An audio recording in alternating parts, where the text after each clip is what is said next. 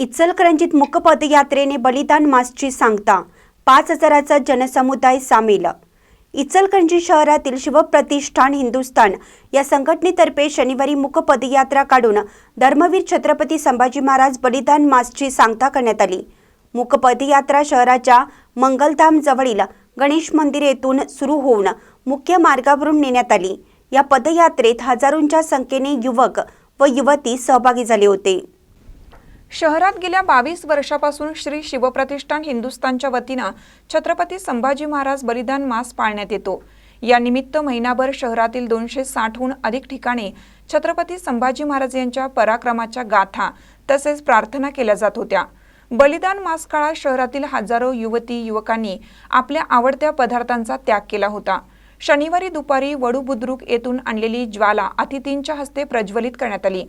यात आमदार राहुल आवाडे, माजी आमदार सुरेश हळवणकर, शिवसेना जिल्हाप्रमुख रवींद्र माने, गजानन महाजन गुरुजी, शिवजी व्यास, पैलवान अमृतमामा भोसले, ॲडव्होकेट अनिल डाळ्या, जयेश बुगड, राजू बोंद्रे, सतीश मुळीक, बाळासाहेब ओझा, दीपक पाटील आदींचा समावेश होता। यानंतर प्रेरणा मंत्र म्हणून मंगलधाम जवळील गणेश मंदिर जवळील मैदानावरून मूक पदयात्रेस प्रारंभ झाला। अग्रभागी ज्योत व भगवा ध्वज होता। ही पदयात्रा चांदणी चौक, छत्रपती संभाजी महाराज चौक, शिवतीर्थ, कॉम्रेड के.एल. मलाबादे चौक, महात्मा गांधी पुतळा मार्गे झेंडा चौक, श्रीमंत घोरपडे नाट्यगृह चौक येथून पुन्हा गणेश मंदिर जवळील मोकळ्या मैदानावर आणण्यात आली। यावेळी प्रमुख वक्ते विठ्ठल जगताप यांनी छत्रपती संभाजी महाराज यांच्या बलिदानाची माहिती सांगितली। यानंतर मंत्राग्नी देऊन ज्वाला अग्निकुंडमध्ये विसर्जित करण्यात आली। यावेळी सर्व धारकऱ्यांनी कुंडाचे दर्शन घेतलं।